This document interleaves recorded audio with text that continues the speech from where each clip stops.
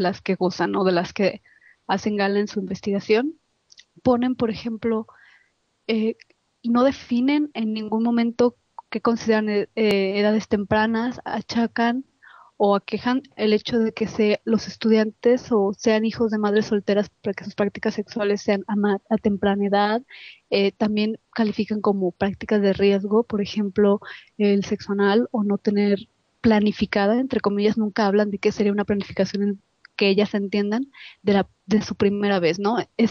Y yo creo que lo más dañino de este tipo de libros es que se intentan poner como libros de texto en las bachilleratos. Este libro se intentó poner, por ejemplo, en la preparatoria número 7 de la Universidad de Guadalajara como libro de texto en las clases de sexualidad.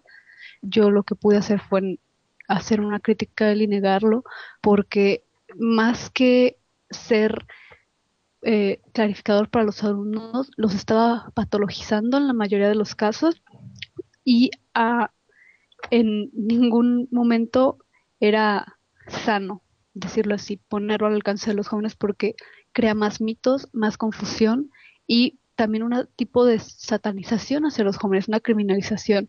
Y en esto me parece importante rescatar que, bueno, en otras conversiones o en otros programas ya hemos tratado sobre el hecho de que las sexualidades varían de generación a generación y no solo también, sino de grupo social o de grupo en cuanto a márgenes de edad.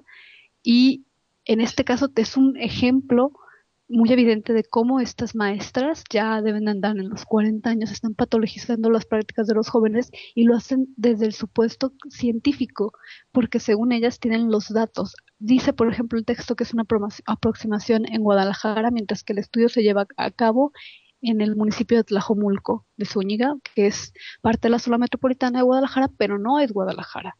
Entonces eso también tiene que tomarse en cuenta. Las encuestas que ellas aplicaron a los alumnos fueron algo así, una muestra que ellos tomaron al azar, lo cual no está justificada. Las preguntas que están haciendo a los alumnos no están justificadas ni están contextualizadas. Entonces lo que hacen ese tipo de investigaciones es sacar de contexto las informaciones, las historias y las prácticas de los jóvenes y ponerlas en su propio marco referencial. Entonces este tipo de investigaciones, más que ser por así decirlo, beneficiosas o benéficas para los alumnos y para desarrollar como una conciencia en cuanto a temas de sexualidad y de responsabilidad, lo que más están haciendo es descarriar a los estudiantes, en este caso que se trata de alumnos de bachillerato, porque tomaron a sus propios estudiantes como objetos de estudio y por otro lado también crear como un falso patrón sobre qué es una sexualidad sana en jóvenes. Hola, Trilce, muchas gracias por Hola, estar Marta. con nosotros aquí y con estos temas siempre tan importantes y tan necesarios que los toques de esta manera, porque pues muy grave, ¿no? Como he visto que todo con base en, apelando a la ciencia, estudios científicos, a toda esta situación, las aberraciones que pueden llegar a decir, ¿no, Trilce?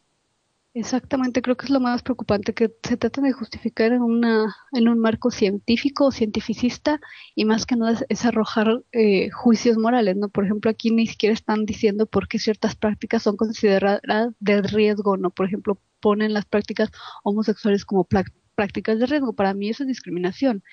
¿Por qué es esa práctica de riesgo y no otras? O Exacto.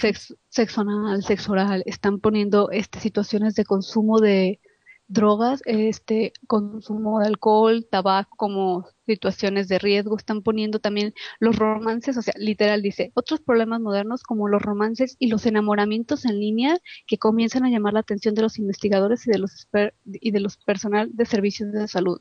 Cómo esto, una práctica de este tipo, los romances y enamoramientos en línea, sean considerados prácticas de riesgo si no hay ni siquiera contacto.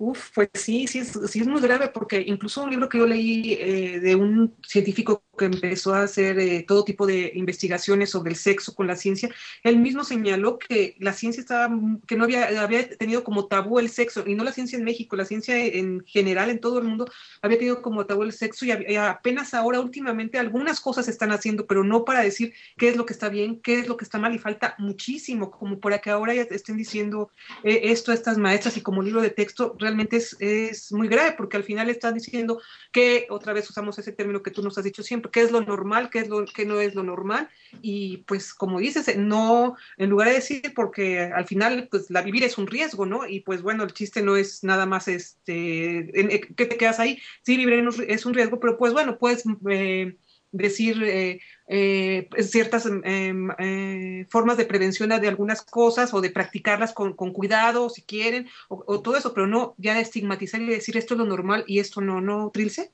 Exactamente, es lo que me parece más grave, ¿no? Que también, por ejemplo, desde la antropología, la sexualidad es un tema tabú. Hay etnografías o hay monografías donde se topan diferentes tipos de temas y problemáticas dentro de grupos sociales, pero la sexualidad es siempre relegada.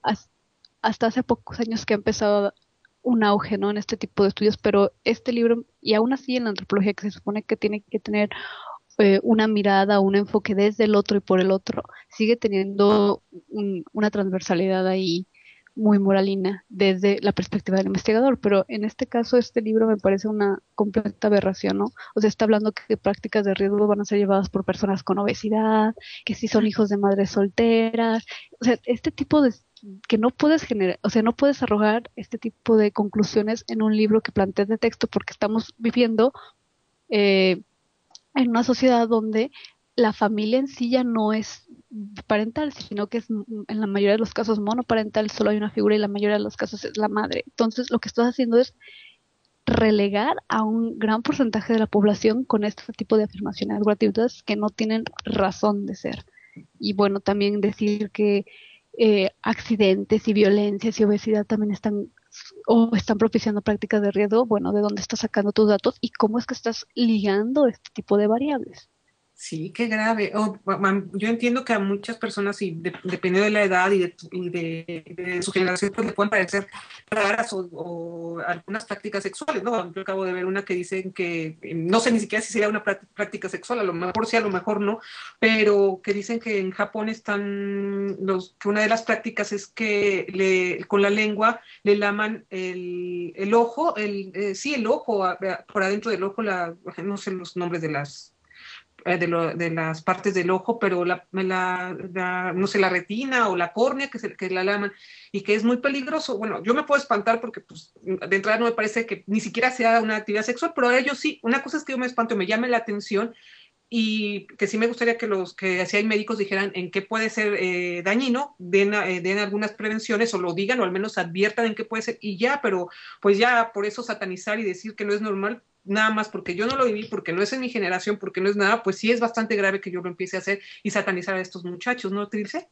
Exactamente, más cuando te estás escudando bajo el término de es que yo soy doctora y tengo maestría y tengo Exacto. y soy profesora y soy titular en jefe de tal sección o sea, esto me parece que es una completa aberración y es muy peligroso porque estoy segura que como hay este libro y hay muchísimos otros que están o de los que tienen acceso a bueno, una cantidad de la población sustanciosa. Entonces, me parece que habría que tener cuidado con qué se está leyendo. Sí hay mucha información, pero no toda la información que sobre sexo, sexualidad es la correcta. Pues sí, esperemos que hayan, qué bueno que lo dices tú, porque esta situación ya se está generalizando en todas partes, en Internet, en todas partes, que con base en estudios científicos, en maestrías, como dices tú, dicen muchas cosas que la demás gente toma como criterio de autoridad esto, y pues sí, se le quedan muchas cosas en la mente, y lo peor, lo practica y empiezan todo tipo de discriminaciones. Sí, un ejemplo claro a lo mejor podría ser la homosexualidad, como empieza como una patología, o sea, crea el término como patología y bueno, de ahí se viene toda una serie de discriminaciones, de represalias y de persecuciones, ¿no? Bajo el estandarte de la ciencia. Importantísimo que desde las ciencias sociales o de las ciencias humanas estemos pues desmontando estos intentos de con el pretexto de la ciencia imponer prejuicios y discriminación. Trilce, importantísima esta sección como siempre, con gran contenido y muchas gracias por estar aquí con nosotros. De nada, nos vemos. Y vamos con un corte musical porque luego nos vamos a nuestra mesa política del día de hoy. Adelante.